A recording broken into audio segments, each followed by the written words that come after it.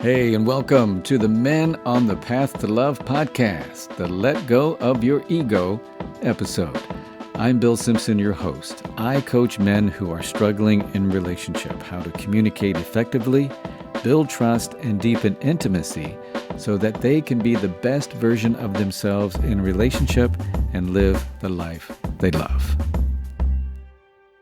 So I saw an anonymous quote that said something like, ego is just a small 3-letter word which can destroy a 12-letter word, relationship.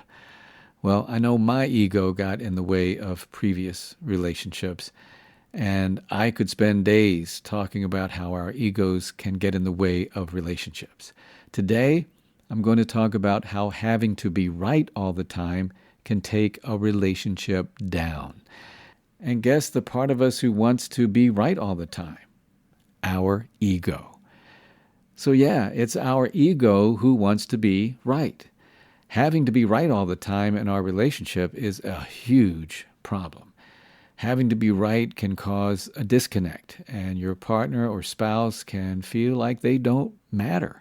And remember, the ultimate goal in your relationship is to go for the connection even when you don't agree.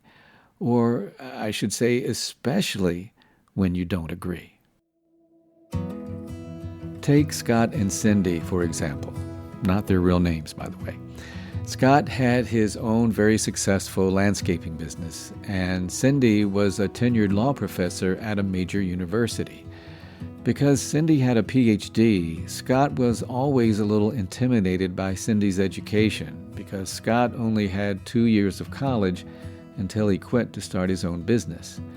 Sometimes Scott had to push hard to prove that he was right because Cindy, being a law professor, was so good at stating her case. She made being right a sport. They would go back and forth and would get nowhere, and they would dig their heels in just to prove that they were right. Now, Scott and Cindy overall had a really good marriage. However, this was a real sticking point. When I asked Scott what his goal was when they would get into these who's right, who's wrong arguments, he was quite frank and said to be right. He was like, she makes all these good points and I hate to be defeated, so I push back. I appreciated Scott's honesty, and I asked him a question that I ask a lot, and that's, how is that working for you? And he chuckled and said that it doesn't work, that they end up feeling disconnected for a few days until they get over it, and then ultimately it happens again at another time. So I asked Scott, what if he made the goal staying connected with Cindy even when they don't agree? And he looked a little puzzled, and he paused, and he said, well, how do I do that? Well, you know what I'm going to say, right? Let go of your ego. And he's like, well, what does that even mean? And I told him it's letting go of his need to compete with Cindy to be right.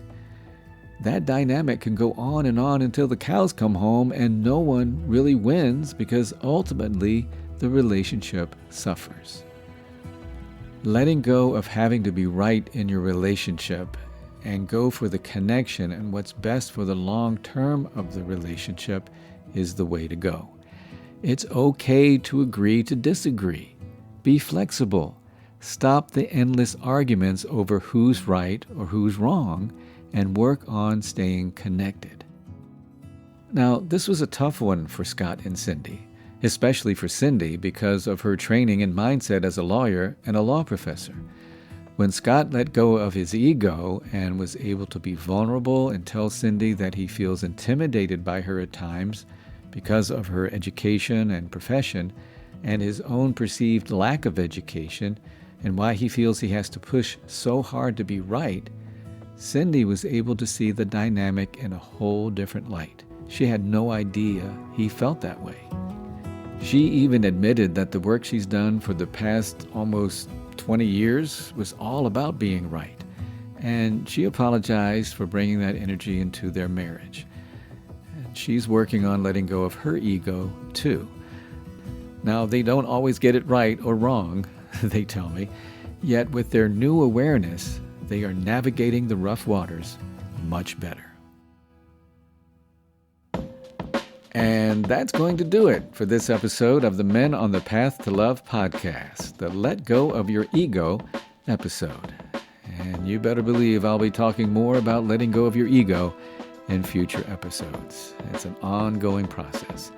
I'm Bill Simpson, your host. Thank you for listening and taking the time to learn how to be a better you for you and in relationship.